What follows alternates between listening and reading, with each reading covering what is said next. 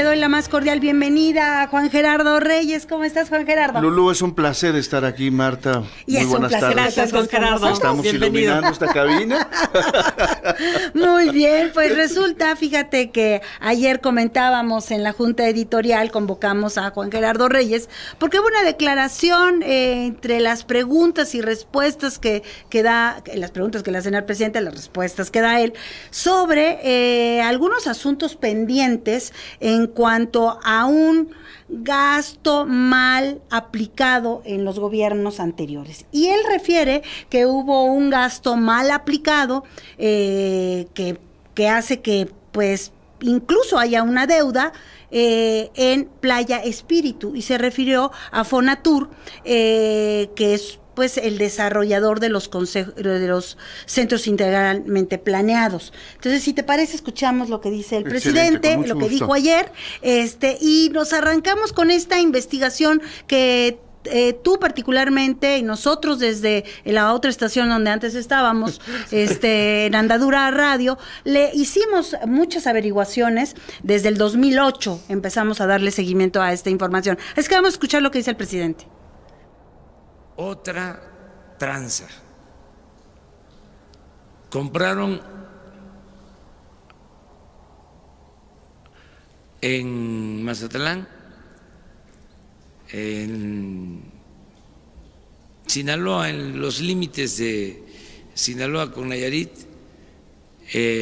un rancho de un exgobernador, ya creo que finado, que merece todo nuestro respeto por eso.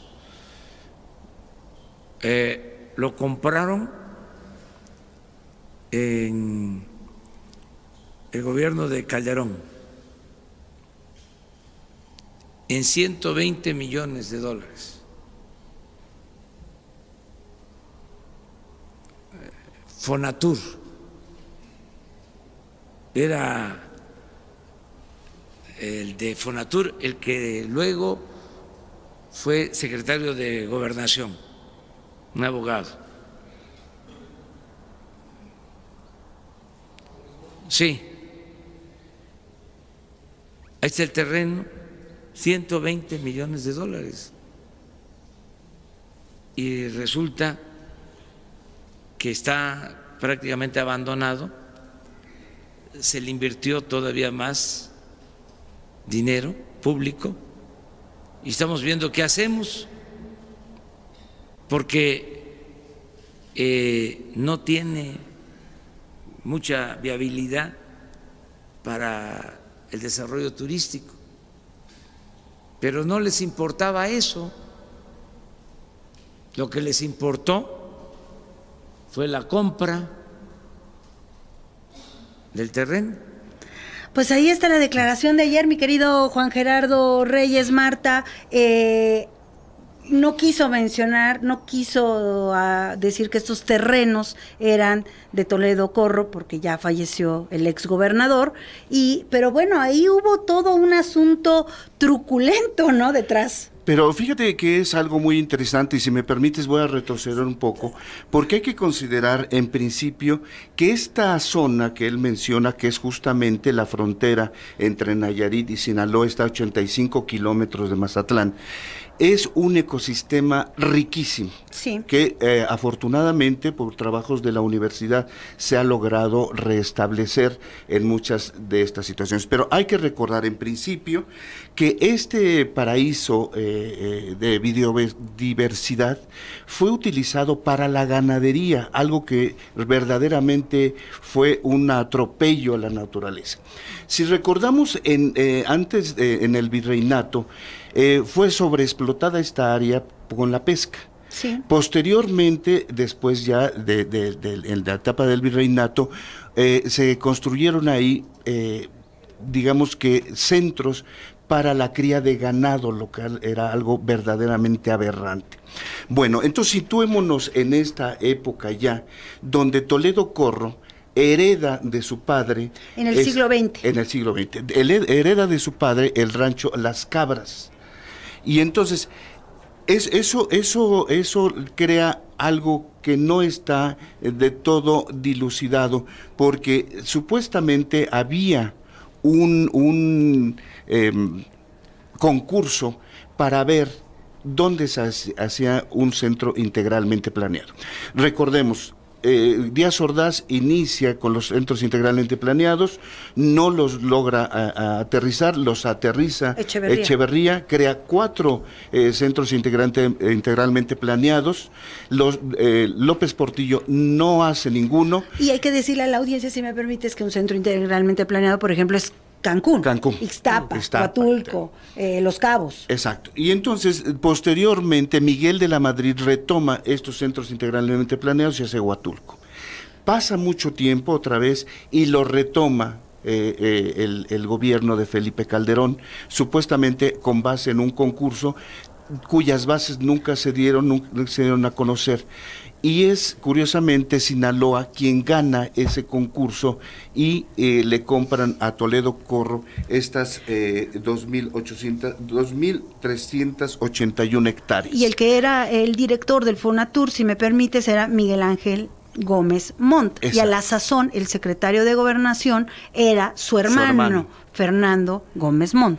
Entonces, esta compra de terrenos tenía la finalidad de crear un centro integralmente planeado lo doble de Cancún. Pero se toparon con elementos muy importantes. Primero, porque ahí conviven muchos ecosistemas, por ejemplo el mangle. Para poder tratar o hacer un desarrollo inmobiliario en medio del mangle es difícil. Se necesita tener alguna estructura que permita respetar el mangle y poder crecer. Pero también hay marismas, hay selva,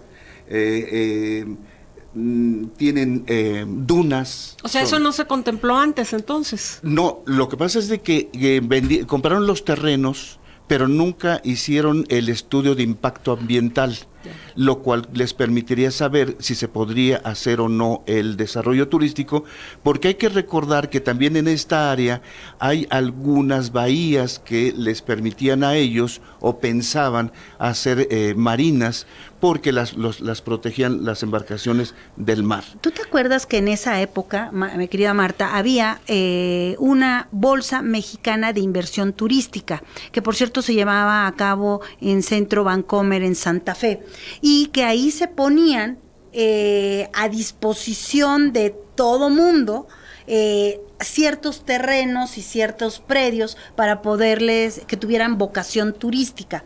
Justamente en esta bolsa se pone por ahí este hombre, el finado Toledo Corro, pone en subasta estos terrenos, y el que los ve por primera vez es Antonio Ibarra, que era el secretario de Turismo, el primer secretario de Turismo que tuvo Sinaloa. Que fue una secretaría que se creó justamente. En ese periodo. Así es. Pero tal vez de lo bueno que se pueda ver de esto es que en el rancho de Toledo Corro llegó a haber hasta 61,400 cabezas de ganado, lo cual dio al traste con este ecosistema donde además vienen aves migratorias de Canadá y del norte de Estados Unidos en la época de mucho frío, emigran a esta parte y anidan ahí durante el tiempo necesario antes de regresar.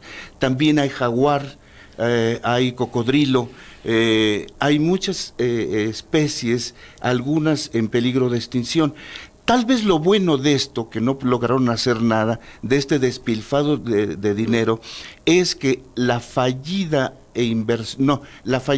fallido proyecto permitió recuperar parte de este ecosistema que se había perdido por el uso irracional de la tierra. ¿Pero con qué deuda se quedó el gobierno federal? Se quedó con una deuda que era 20 años, o sea, estos 120 millones de dólares que se obtuvo y que está a 20 años, todavía no se termina de pagar, pero hay que recordar que han aumentado intereses y que Fonatur, con su dinero, tiene que financiar el pago de estos terrenos. Y el expresidente Felipe Calderón, a raíz de esta información, sale y dice el día de ayer, pues si hay tranza, que se investigue. Es que no es que en sí mismo, o sea, pues no, ¿qué le van a decir? Sí se compraron los terrenos, sí.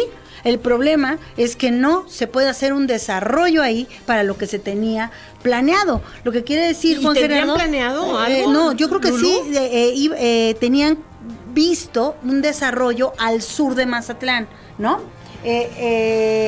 Y se contraponía con otra propuesta que tenían los hoteleros, que era más bien hacia el oriente, ¿no? Sí, pero habría que recordarle al señor presidente Felipe Calderón, al expresidente, afortunadamente, lo que dijo en aquel momento.